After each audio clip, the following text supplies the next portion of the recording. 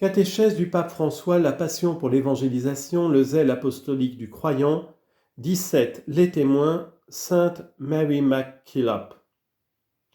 Aujourd'hui, nous devons faire preuve d'un peu de patience avec cette chaleur. Merci d'être venu par cette chaleur, par ce soleil. Merci beaucoup de votre visite. Dans cette série de catéchèses sur le zèle apostolique, nous allons à la rencontre de quelques figures exemplaires d'hommes et de femmes de tout temps et lieu qui ont donné leur vie pour l'Évangile.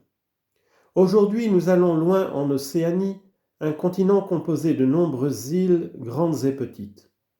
La foi au Christ, que tant d'émigrants européens ont apportée sur ces terres, s'est rapidement enracinée et apporté des fruits abondants.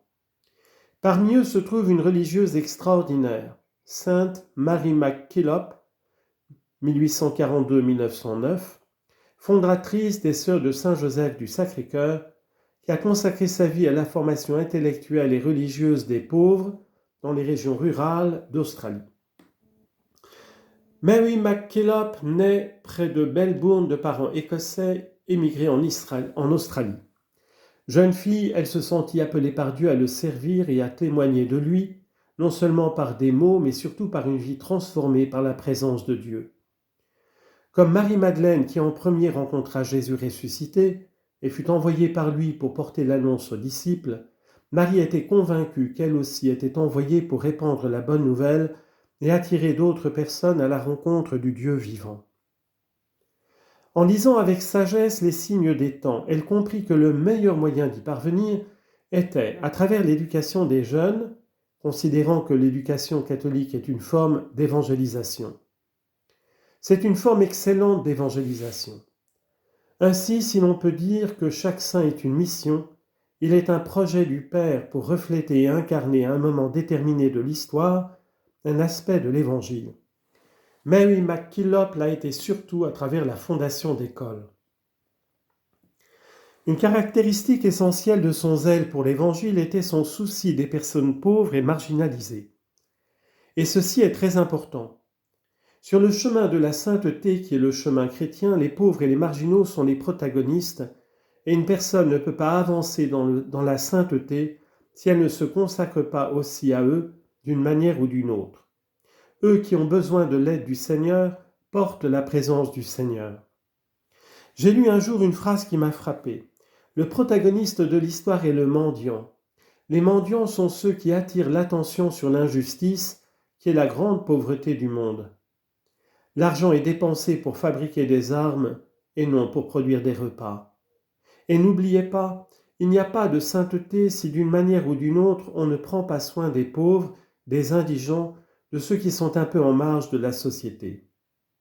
Ce soin des pauvres et des marginaux poussait Marie à aller là où d'autres ne voulaient pas et ne pouvaient pas aller. Le 19 mars 1866, jour de la fête de Saint-Joseph, elle ouvrit la première école dans une petite banlieue dans le sud de l'Australie. De nombreuses autres suivirent qu'elle et ses sœurs fondèrent dans les communautés rurales d'Australie et de Nouvelle-Zélande. Elles se sont multipliées parce que le zèle apostolique fait ceci, il multiplie les œuvres. Mary MacKillop était convaincue que le but de l'éducation est le développement intégral de la personne, à la fois comme individu et comme membre de la communauté, et que cela exige sagesse, patience et charité de la part de chaque enseignant. En effet, l'éducation ne consiste pas à remplir la tête d'idées. Non, il ne s'agit pas seulement de cela. En quoi consiste l'éducation ? Il s'agit d'accompagner et d'encourager les étudiants sur le chemin de la croissance humaine et spirituelle, en leur montrant combien l'amitié avec Jésus ressuscité élargit le cœur et rend la vie plus humaine.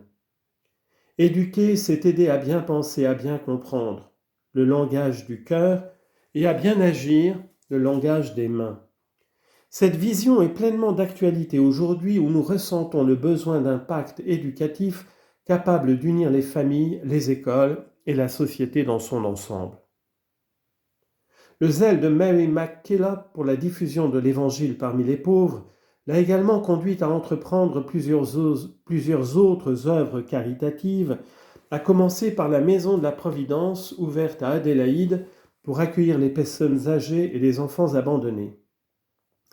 Mary avait une grande foi en la providence de Dieu. Elle a toujours été convaincue que, en toutes circonstances, Dieu pourvoyait à tout. Mais cela ne lui épargnait pas les angoisses et les difficultés liées à son apostolat, et Marie avait de bonnes raisons pour cela.